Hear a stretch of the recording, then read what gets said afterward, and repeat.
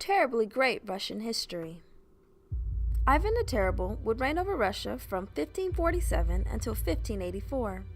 At the age of 10, Peter the Great would follow his footsteps 135 years later in 1682, and would continue his reign until 1725.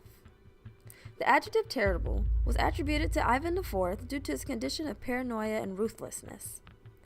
The adjective great, however, was given to Peter I by the West due to his impressionable charm. Ivan the Terrible would serve as the first Tsar of Russia, but Peter the Great would be named the most famous Tsar of Russia. Although perceived as opposites, these two actually had quite a few things in common. Both Tsars both fulfilled their charge to strengthen the Russian military, embrace Western culture, and they both wanted to change Russia's political structure. The military. Before Ivan IV's reign, Russia faced many invasions by outside forces such as the Vikings, Lithuanians, and the Tartars. Ivan the Terrible demonstrated a glimpse of Russia's future dominance when he captured Kazan, which was the capital of the Tartars, Russia's main enemy at the time.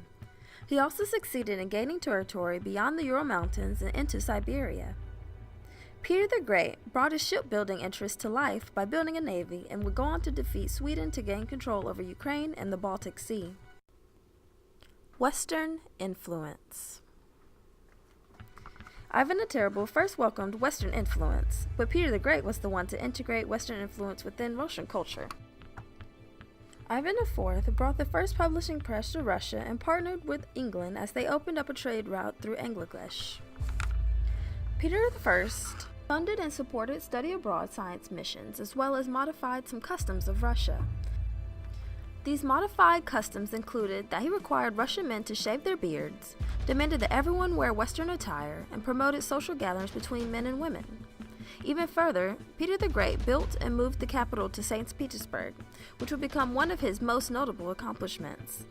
His window of the West served as an ideal location for travel and trade because of its location near the Arctic Ocean, the Nevia River, and the Baltic Sea.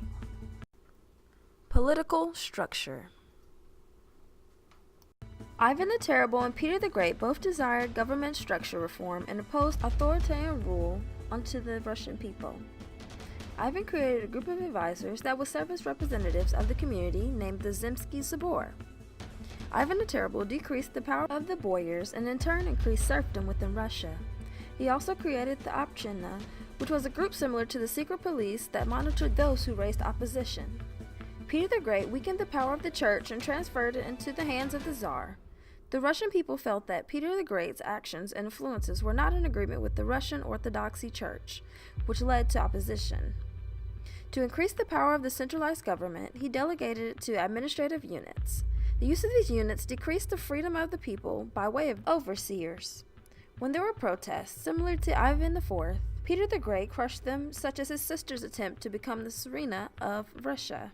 Although Ivan the Terrible and Peter the Great's reigns were over 100 years apart, they led Russia to become the powerful nation that it is today.